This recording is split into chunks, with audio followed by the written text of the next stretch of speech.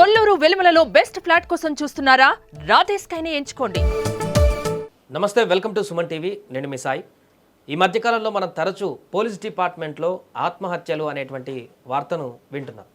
SI నుంచి constable వరకు ప్రతి ఒక్కరు కూడా ఏదో ఒక ప్రెజర్ వల్లనో లేకుంటే ఇతరత్ర కారణాల వల్లనో ఆత్మహత్యలు చేసుకుంటున్నటువంటి ఘటనలు తరచుగా వింటూనే ఉన్నాం.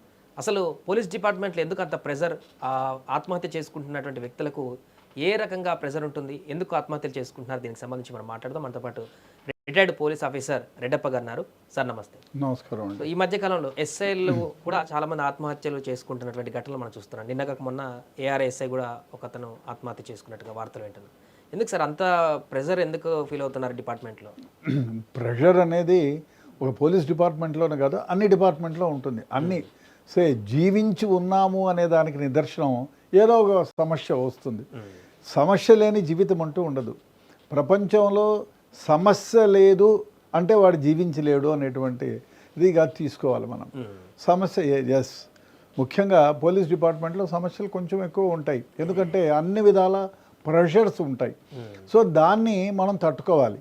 ఎందుకంటే పోలీస్ డిపార్ట్మెంట్లో రిక్రూట్ అయినప్పటి నుంచి వేరే వాళ్ళ సమస్యలని మనం గట్టెక్కించడానికి, వాళ్ళకి ధైర్యం, ఆత్మస్థైర్యాన్ని ఇవ్వడానికి మనల్ని ఉపయోగించుకుంటారు చాలా వరకు. మనం అదే ధ్యేయంతోనే పనిచేస్తాం. ఎక్కడైనా ఒక మనిషి కొట్లాట్లో పోయినారనుకో, వాడికి దెబ్బలు తగులుతాడు, ఏమి కాదు నేనున్నాను భరోసా ఇస్తారు.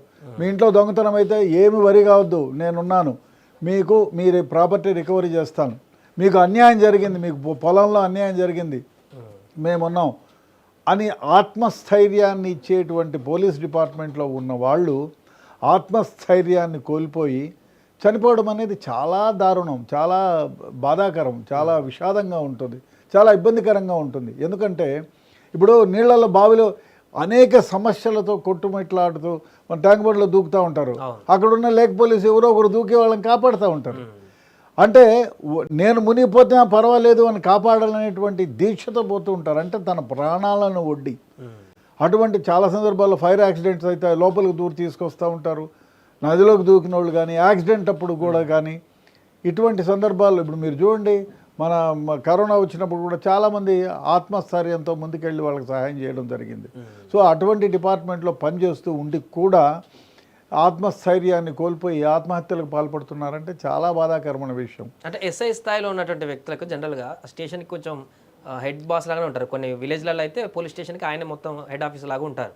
అంత స్థాయిలో ఉన్నటువంటి ఎస్ఐలకు కూడా ప్రెజర్ ఉండడం ఏంటి అనేది ఇటు ప్రశ్న. అంటే ఆర్థికంగా కూడా మంచిగానే ఉంటారు. ఎస్ఐ అంటే కొంచెం ఉన్నతమైనటువంటి జాబ్గానే ఫీల్ అవుతుంటారు, సమాజంలో మంచి అది కూడా ఉంటుంది. సో అలాంటి వ్యక్తులు కూడా ప్రెజర్ ఉంటున్నాయని చెప్పేసి మొన్న ఆయన సూసైడ్ నోట్ ద్వారా ఈ విషయాలన్నీ కూడా బయటకు రావడం జరిగింది. హైరార్కీ పోలీస్ డిపార్ట్మెంట్లో హైరార్కీ చాలా ఎక్కువ. అదే కాకుండా కొందరు పిల్లలు, ఇప్పుడు ఆయన మొన్న చనిపోయిన మూర్తి గారు కూడా 12 ఏళ్ళ సర్వీస్ ఉంది, చిన్న సర్వీస్ ఏం కాదు, మంచి పోలీస్ స్టేషన్లో పనిచేశారు. ఆయనకి జరిగింది ఏమిటి, ఆయన్ను ట్రాన్స్ఫర్ చేశారు, ముందు సస్పెండ్ చేశారు. ఏదో ఆయన ఇన్వాల్వ్ కాని కేసుల్లోనే ఆయన సస్పెండ్ చేశారు. సస్పెండ్ అయిన తర్వాత ఆయన ఏమనుకున్నారు, అదే రేంజ్లో ఉద్యోగం చేయాలనుకున్నారు. ఆయనకు భార్య ఉంది, పిల్లలు ఉన్నారు. సరే, ఆయన ఆ రేంజ్ నుంచి వేరే రేంజ్కి ట్రాన్స్ఫర్ చేశారు. ఏమైంది, ట్రాన్స్ఫర్ చేస్తే ఏమైంది, పోవాలి. నా విషయమే తీసుకోండి, వే బ్యాక్ ఒక 40 years క్రితం మాట చెప్తాను. నేను ఒక ధర్మవరం పోలీస్ స్టేషన్లో పనిచేసేటప్పుడు అక్కడ కొత్తగా అప్పట్లో పోలీసుల ముందు పొలిటికల్ పవర్ అంతట్లో ఉండేది కాదు. అయినా కూడా నా పైన ప్రెషర్ తేవడానికి ప్రయత్నం చేస్తే నేను ఈల్డ్ కాలే. కాకపోతే ఆ ఎమ్మెల్యే గారు పోయి అనంతపూర్ ఎస్పీకి కంప్లైంట్ చేస్తే ఆయన no he's a very good officer అన్నారు. నాకేం సంబంధం లేదు, is a very good officer అంటే డిఐజీ దగ్గరికి వెళ్ళారు. వెంకయ్య గారు ఎవరు ఉండేవారు. వెళ్తే ఆయన చేసిన తప్పేమైనా ఉందా, నీ మాట విన్నంత మాత్రాన, మీకు ఒత్తాసు పలకనంత మాత్రాన నేను ట్రాన్స్ఫర్ చేయమంటే చేయను బ్రదర్, మీరు తప్పులేమో చెప్పండి, సస్పెండ్ చేస్తా, తప్పులేమో చెప్పండి, ఆయన పైన కేసు రిజిస్టర్ చేస్తానని అంటే ఆయన ఎట్లయినా ప్రెస్టేజ్ ఇష్యూగా తీసుకొని వచ్చి ఎట్లా అని ఆలోచన చేసి ఒక క్రిమినల్ లాయర్ దగ్గరికి వెళ్ళాడు. ఆయన క్రిమినల్ బ్రెయిన్లో ఉపయోగించి ఏం చేశాడు, అరే ఏం లేదయా, ఇప్పుడు ఆ డిఐజీనే ట్రాన్స్ఫరింగ్ అథారిటీ రేంజ్లో ఆయన కాదన్న తర్వాత ఇంకా మీరు హోమ్ మినిస్టర్కి చెప్పి చేయాలా, అదంతా కూడా మళ్ళీ ఆయన డిఏజీకి చెప్పాలా, ఇదంతా కక్ష సాధింపు చర్యగా ఉంటుంది. 10 మందికి బయటకు వస్తే కూడా మీరు సింపుల్గా ఒక పని చేయండి, ఆ పోలీస్ ఆఫీసర్ పైన నా పైన ఒక 6 మందితో తప్పుడు కేసులు పెట్టించండి. ఈయన ఫలానా దగ్గర డబ్బులు అడిగినాడు, ఈయన ఫలానా దగ్గర డబ్బులు తీసుకున్నాడు అని పెట్టించండి. వాళ్ళు ఎంక్వైరీ చేయాలని, ఇప్పుడు ఆ డిపార్ట్మెంట్లో ఉండేవాడిని పైన ఎంక్వైరీ చేయాలంటే ఆయన్ని ట్రాన్స్ఫర్ చేయాలి. సో ఆయన ఉండగా చేసేదానికి కాదు అని చెప్పి ఏసీబీ వాళ్ళు, యాంటీ కరప్షన్ బ్యూరో వాళ్ళు ఒక లెటర్ రాస్తే ఆయన ట్రాన్స్ఫర్ చేస్తారు అన్నారు.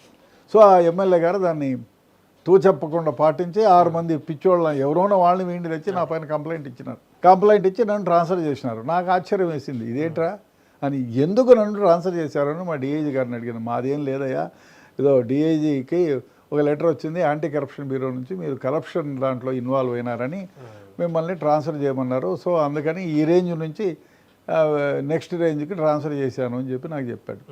అప్పట్లో హెడ్ క్వార్టర్స్ కర్నూలు ఉండేది. అక్కడికి వెళ్తే బాబ్జీ అనే ఒక పోలీస్ ఆఫీసర్ ఉండేవాడు. ఆయన అడిగితే, అవునయా నీ పైన కరప్షన్ ఛార్జెస్ ఉన్నాయంటే, ఏది ఎఫ్ఐఆర్ కట్టారు. నా పైన ఎఫ్ఐఆర్ కట్టి ఫస్ట్ ఇన్ఫర్మేషన్ రిపోర్ట్ కట్టి కోర్టుకు పంపించినారు. సరే నాది ఏదో ఎఫ్ఐఆర్ అఫీషియల్గానే తీసుకొని ఇంటికి వచ్చి వెళ్ళిపోదాం, ఇంకెందుకు మనకు, ఎక్కడన్నా ఏమైనా ఇన్వెస్టిగేట్ చేసుకొని అది తప్పుడు కేసు తప్పు అని తేలుతుంది కదా ఎప్పటికైనా అని అనుకొని ఆలోచన చేశా.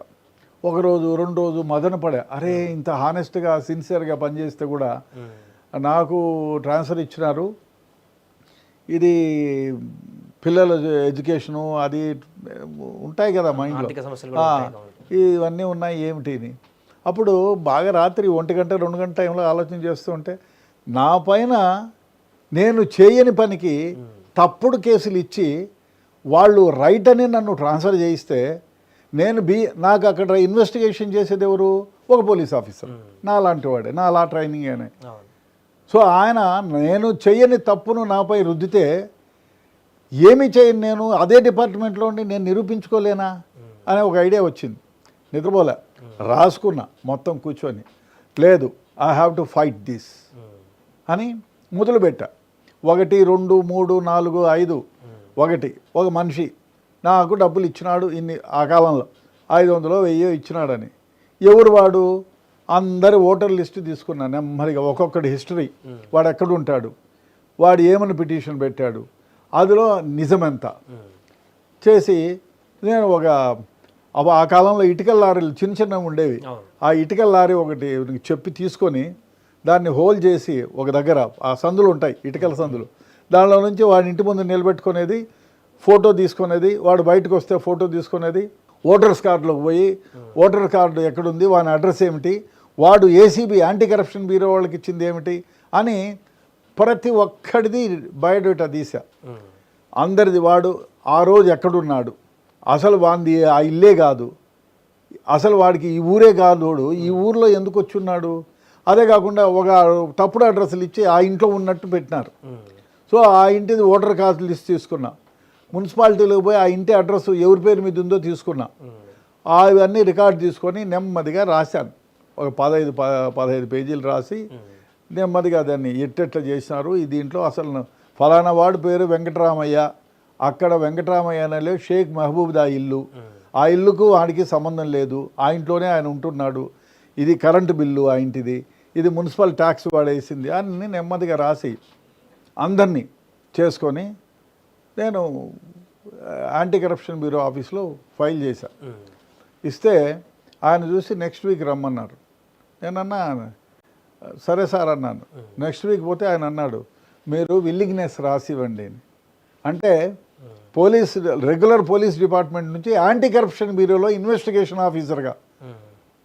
నేనన్నా ఐ డోంట్ వాంట్ ఇట్స్ కాదయ్యా, ఎవరో పిటిషన్ ఎమ్మెల్యే ప్రోద్బలంతో పెడితే దాన్ని ఎఫ్ఐఆర్ కడితే నువ్వు ఇంత డీప్గా ఇన్వెస్టిగేషన్ చేసి ఇదంతా తప్పు, ఆ ఎఫ్ఐఆర్ కట్టినోడు చేసిన తప్పులు ఇవన్నీ అని ప్రిలిమినరీ ఇన్వెస్టిగేషన్నే మీరు తుచ్చి రాసినారు కాబట్టి నువ్వు వచ్చాయన్నాడు. లేదు సార్, నాకు ఆయన్ని ఇన్వెస్టిగేషన్ చేయమనండి, నా కాపీ ఇది అని, నువ్వు ఏం కావాలి ఇప్పుడు నీకు చెప్పు అన్నాడు. దీంట్లో ఎవరైతే స్ట్రిక్ట్గా హానెస్ట్గా ఉంటాడో ఆ ఆఫీసర్ పేరు చెప్పి ఆయనకు ట్రాన్స్ఫర్ చేయండి. ఎవరన్నా లూజ్గా ఉండి వాని మాట వీని మాటనో ఇంకో దానికి లొంగిపోయేవాడైతే వద్దు నాకు. అదేంటయ్యా ప్రతి ఒక్కరు మినిస్టర్తో చెప్పించుకుంటారు, నాకు ఆయన దగ్గర తప్ప వేరే వాళ్ళ దగ్గర కేసు ఇమ్మని నువ్వేమో ఆయన్నే అడుగుతావు అన్నాడు.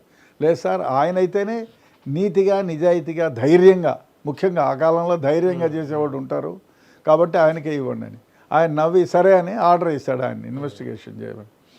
అన్నీ నన్ను పిలిచినారు, చెప్పాను ఫలానా కేసులో ఈ విధంగా జరిగింది, ఈ విధంగా తప్పులు చేశారు. సో ఇన్వెస్టిగేషన్ ఆఫీసర్ ఎఫ్ఐఆర్ కట్టినోడిది తప్పు, ప్రిలిమినరీ ఎంక్వైరీ చేయకుండా ఎఫ్ఐఆర్ కట్టినారు నా పైన. సో ఆ ఆఫీసర్ ఎవరైతే ఎఫ్ఐఆర్ ప్రిలిమినరీ ఇన్వెస్టిగేషన్ లేకుండా కట్టారో ఆయన పైన యాక్షన్ తీసుకోవాలి. నా స్టేట్మెంట్ ఇచ్చాను. అన్ని ఎంక్వైరీ జరిగింది, ఎఫ్ఐఆర్ స్క్వాష్ చేసేసినారు, తప్పుడు కేసు ఇదేని. తర్వాత ఏమైంది, నా పైన అయితే ఎవరైతే ఎఫ్ఐఆర్ కట్టినాడో ఎమ్మెల్యే మాటలేని ఆయనకి పీపీఐ ఇచ్చినారు, పోస్ట్పోన్మెంట్ ఆఫ్ ఇంక్రిమెంట్ ఇచ్చినారు. ఆయనకు ప్రమోషన్ ఉండేది ఎస్పీగా, ఆ ఎస్పీ ప్రమోషన్ ఆగిపోయింది. ఆయన పిలిచి ఏమా ఎంత పని చేసినట్టు, సార్ మీరు తప్పుడు కేసు పెట్టారు, ఆలోచన చేయరా, నేను మీ డిపార్ట్మెంటే, నువ్వు మా డిపార్ట్మెంట్ వాడివే, వాడేదో ఎమ్మెల్యే చెప్పినంత మాత్రాన మనం చేయాలా అని చెప్పి చేసి దాని నుంచి నేను విముక్తి పొందాను. మళ్ళీ తిరిగి అక్కడికే పోస్టింగ్ తెప్పించుకున్నాను. నువ్వు మూర్తి గారు కూడా ఏమైంది, ట్రాన్స్ఫర్ చేశారు, ఏమైపోతుంది, ఉద్యోగం సస్పెండ్ చేసినా నీకు డబ్బులు ఇస్తారయ్యా, జీతం ఇస్తారు. అట్లాంటప్పుడు బొంబలు పడిపోయి రేంజ్ మారిపోయినానని ఆత్మహత్య చేసుకోవడం ఏంటి? చాలా బాధాకరమైన విషయం. ఎందుకంటే నువ్వు 10 మందికి చెప్పాల్సిన వాడివి, 10 మందికి ధైర్యాన్ని నూరిపోడుస్తున్న వాడివి, నువ్వు యంగ్స్టర్వి. ఇట్లా దాన్ని ఇప్పుడు పోలీస్ డిపార్ట్మెంట్లో ఉండే వాళ్ళకి చాలామందికి ప్రెషర్స్ ఉంటాయి. అంత మాత్రం చేత ఆ సమస్యల నుంచి ఎంతకు దూరం పరిగెత్తిపోతావు, సమస్యని ఎదుర్కోవాలి. ఎస్, అదే నిజంగా నువ్వు తప్పు చేస్తే ఆ సంగతి వేరే. తప్పు చెయ్యనప్పుడు ఎందుకు భయపడాలి?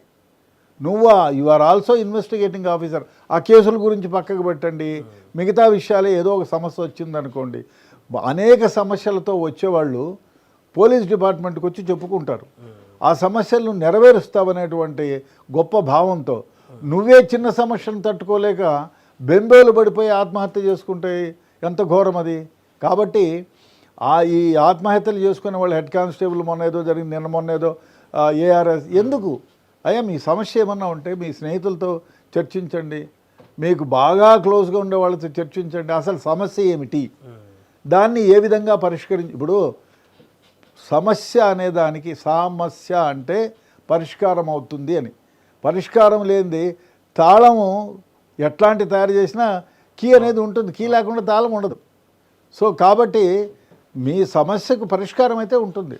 అంటే అవిశ్రాంతమైనటువంటి పని ఒత్తిడి కూడా కారణం అంటారంటే ప్రతి ఆఫీస్కి కొన్ని గంటల లిమిట్ ఉంటుంది, వీక్ ఆఫ్ లాంటి సెలవు లాంటివి ఉంటాయి. బట్ పోలీస్ డిపార్ట్మెంట్లో అలా ఉండదు, 24 hours పనిచేయాల్సి, ఒక టైం పీరియడ్ అంటూ ఉండదు, లీవులు కూడా హాలిడేస్ కూడా ఉండవు, వీక్ ఆఫ్ ఉండవు. మరి ఎందుకంటే you are committed for that. అవన్నీ తెలిసే నువ్వు డిపార్ట్మెంట్లో జాయిన్ అయినావు. ఈ పొద్దు టైం ఉందంటే ఎట్లా?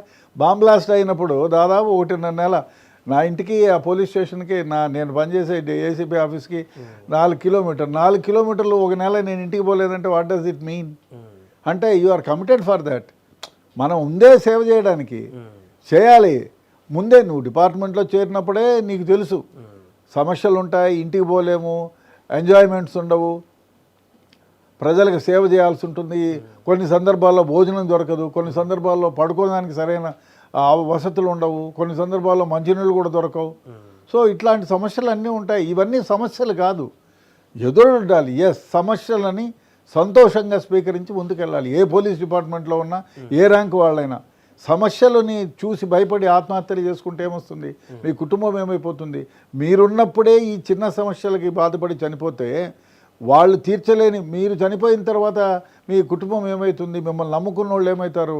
కాబట్టి పోలీస్ డిపార్ట్మెంట్లో ఉండే వాళ్ళకి కానీ మిగతా వాళ్ళకి కానీ సమస్యని ఎదుర్కొనాలి, ఎదుర్కొని ఎదురొడ్డి పోరాడాలి. అంతేగాని దాన్ని బెంబేలుగా ఎత్తిపోయి ఇంకా నా జీవితం అయిపోయింది అని చనిపోవడం, ఆత్మహత్యలు చేసుకోవడం నిజంగా చాలా చాలా చాలా బాధాకరం, దురదృష్టకరం. నేను చెప్పేది ఏమంటే ప్రతి ఒక్కరికి సమస్యలు ఉంటాయి. సమస్య చిన్నదో పెద్దదో ఉంటానే ఉంటాయి. ఆ సమస్యని మనం నిదానంగా కూర్చొని ఒక విధంగా ఆలోచన చేసి దీనికి ఈ విధంగా ఈ సమస్యని ఏ విధంగా పరిష్కరించగలం. సో అదే కాదు, మీరు ఏదైనా చర్య చేసేటప్పుడు కూడా దీనివల్ల ఏమైనా సమస్య వస్తుందని ఆలోచన చేయాలి. ఆలోచన చేసినా కూడా మీకు వచ్చిందనుకోండి సమస్య, అప్పుడు ఎస్ దీనికి ఏమిటి పర్యవసానం, ఆ విధంగా ఆలోచన చేసి ధైర్యాన్ని కూడగట్టుకోవాలి. గుడ్డోళ్ళకి పోలీస్ డిపార్ట్మెంట్లో జాబు లేరు, అదే కలెక్టర్గా ఇస్తారు. చేయి లేకపోయినా కూడా you can become a collector, you can become a CM, you can become a prime minister. చేయి లేకపోయినా కాళ్ళు లేకపోయినా. అదే పోలీస్ డిపార్ట్మెంట్లో ఎస్ఐగా ఇమ్మన్నాను డిఎస్పీ కానీ ఎస్పీ కానీ ఇవ్వరు. కుంటోళ్ళకి ఎస్పీగా ఇమ్మంటే ఇవ్వరు. సో ఐపీఎస్ గమ్మంటే కారు, ఎస్ఐ గమ్మంటే కారు. సో అటువంటిది భగవంతుడు నీకు కల్పించినాడు సొసైటీలో, నీకు అటువంటి మంచి ఉద్యోగం వచ్చింది, ఆత్మధైర్యంతో ఎదుర్కో. అదే కాదు, నువ్వు చేసే డ్యూటీలో తప్పుడు పనులు చేయొద్దు, సమస్య అర్థం తగ్గిపోతుంది. ప్రెషర్కి లొంగొద్దు. అయ్యా నువ్వు పొలిటికల్గా ఒక మాట ఎవరో చెప్పినారు, నువ్వు వినలేదు, ట్రాన్స్ఫర్ చేస్తాడు, అంతకంటే ఏం చేస్తాడు, అంతే కదా. కాబట్టి సమస్యని ఏ విధంగా పరిష్కరించాలి, ఆత్మధైర్యంతో ఎదుర్కోవాలి తప్ప దాన్ని పరిగెత్తిపోయి ఆత్మహత్యలు చేసుకొని నిజంగానే బాధాకరం. నీతో కాదు, నీతో పాటు ఉన్నవాళ్ళు, నీ కుటుంబీకులు అందరూ బాధపడతారు కదా. ఇప్పుడు ఆ సత్యనారాయణమూర్తి చనిపోయిన వాళ్ళ పిల్లల గతి ఏం కావాలి, కుటుంబం మొత్తం రోడ్డు మీద పడినట్టే కదా. Right sir. అదే మొత్తానికి ప్రస్తుతం డిపార్ట్మెంట్లో ఒక్కొక్కటిగా వస్తున్నటువంటి ఆత్మహత్యల ఘటనకు సంబంధించి రెడ్డప్ప గారు చెప్తున్నటువంటి విషయం, చిన్న చిన్న సమస్యలు ఎందులోనైనా ఉంటాయి, వాటిని అధిగమించి ఫ్రెండ్స్తోనే కానీ ఇతరులతో షేర్ చేసుకొని వాటి నుంచి మూవ్ ఆన్ అవ్వాలి తప్ప ఇలాంటి ఆత్మహత్యలు చేసుకోవద్దంటూ కూడా వారు చెప్తున్నారు. చూస్తున్నానండి సుమన్ టీవీ.